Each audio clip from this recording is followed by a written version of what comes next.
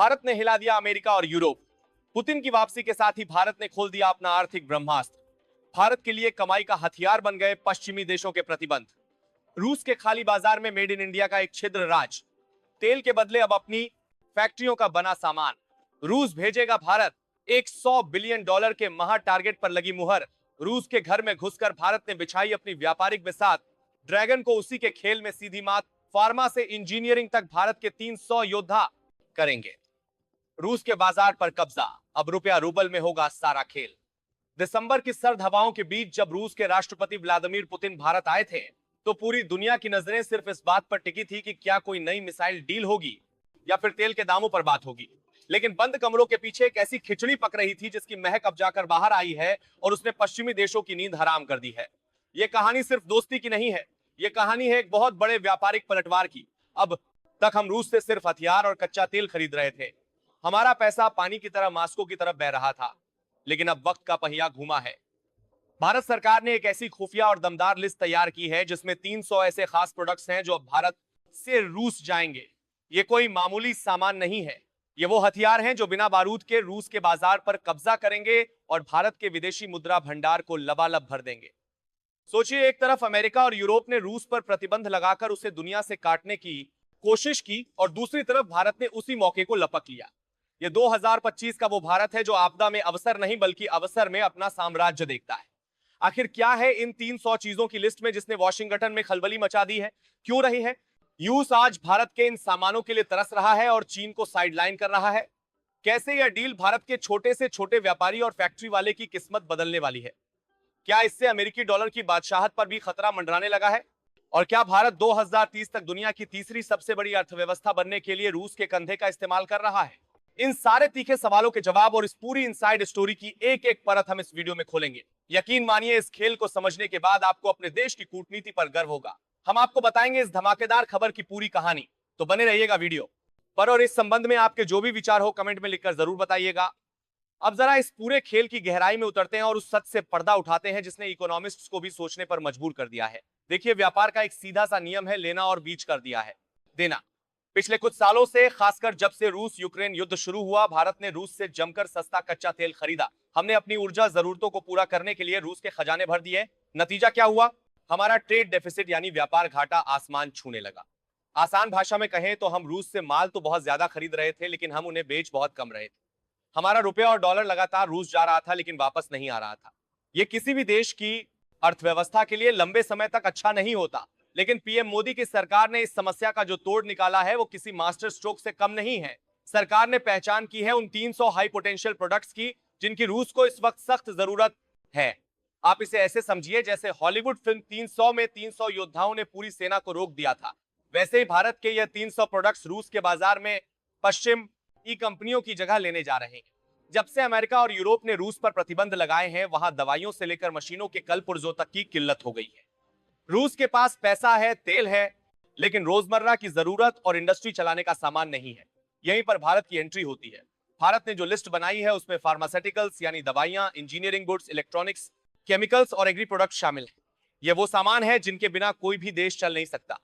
अब तक रूस ये सब यूरोप या अमेरिका से लेता था, लेकिन अब वह दरवाजे बंद हो चुके हैं। भारत ने देख लिया है कि वहां एक बहुत बड़ा खालीपन है, एक वैक्यूम है, और उसे भरने के लिए हमारी फैक्ट्रियां अब दिन रात काम करेंगी। सरकार का प्लान एकदम साफ है।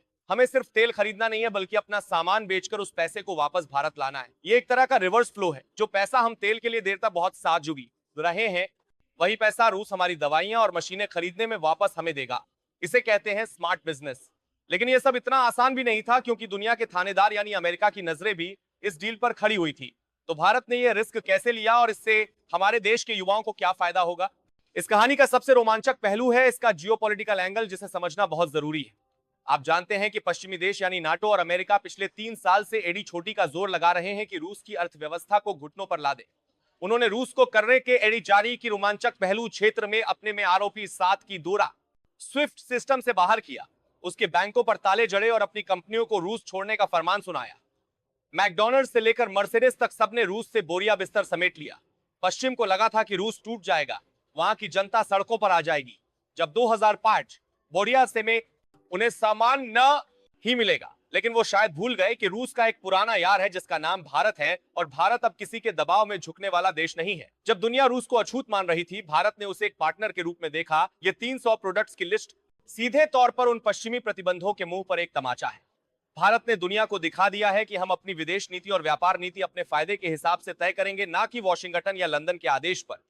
रूस को इस वक्त सबसे ज्यादा जरूरत है इंजीनियरिंग गुड्स की, यानी मशीनों के पार्ट्स, ऑटोमोबाइल कंपोनेंट्स और इंडस्ट्रियल इक्विपमेंट, क्योंकि यूरोपियन सप्लाई चेन टूट चुकी है। भारत का इंजीनियरिंग सेक्टर दुनिया में सबसे तेजी से बढ़ रहा है। हमारे पास हुनर है, हमारे पास क्षमता है, और अब हमारे पास एक भूखा बाजार भी है। इसके अलावा इलेक्ट्रॉनिक्स के क्षेत्र में भी भारत ने अपनी पकड़ मजबूत की है। रूस को चिप्स, सर्किट और अन्य इलेक्ट्रॉनिक सामानों की जरूरत है, जो अब भारत पूरा करने जा रहा है। सोचिए इसका असर क्या होगा जब रूस की सड़कों पर भारतीय गाड़ियों के पार्ट्स लगेंगे, जब वहां के अस्पतालों में भारत की बनी दवाइयां मरीजों की जान बचाएंगी, और जब वहां की फैक्ट्रियों में भारतीय मशीनें चलेंगी, तो पूरी दुनिया में ब्रांड इंडिया की साख कितनी मजबूत होगी।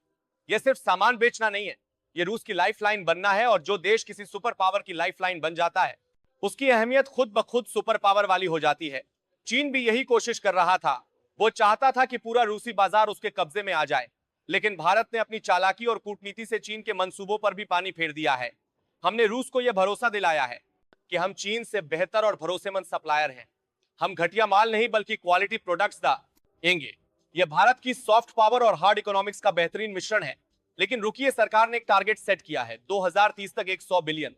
यह आंकड़ा सुनने में जितना बड़ा है, इसे हासिल करने की रणनीति उतनी ही दिलचस्प है। अब बात करते हैं उन भारी भरकम आंकड़ों की जो आपके रोंगटे खड़े कर देंगे। भारत और रूस ने मिलकर तय किया है कि साल 2030 तक दोनों देशों के बीच का द्विपक्षीय व्यापार 100 बिलियन तक पहुंचाना है।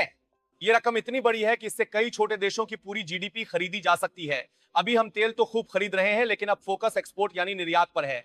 सरकार ने जिन 300 प्रोडक्ट्स को चुना है, वो इस लक्ष्य को हासिल करने के फूड सोल्जर्स हैं।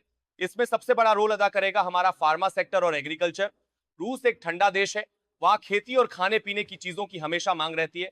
भारत के किसान और फूड प्रोसेसिंग यूनिट्स के लिए यह एक स्वर्ण अवसर है। वहां के साथ के लिए जारी है कि आहाराज ग्रास बेस्ड हार्ड प्रोसेसिंग। बाजारों में भारतीय चाय, कॉफी, चावल और फलों की डिमांड बढ़ रही है। इसके अलावा केमिकल्स और टेक्सटाइल सेक्टर में भी भारी उछाल आने वाला है।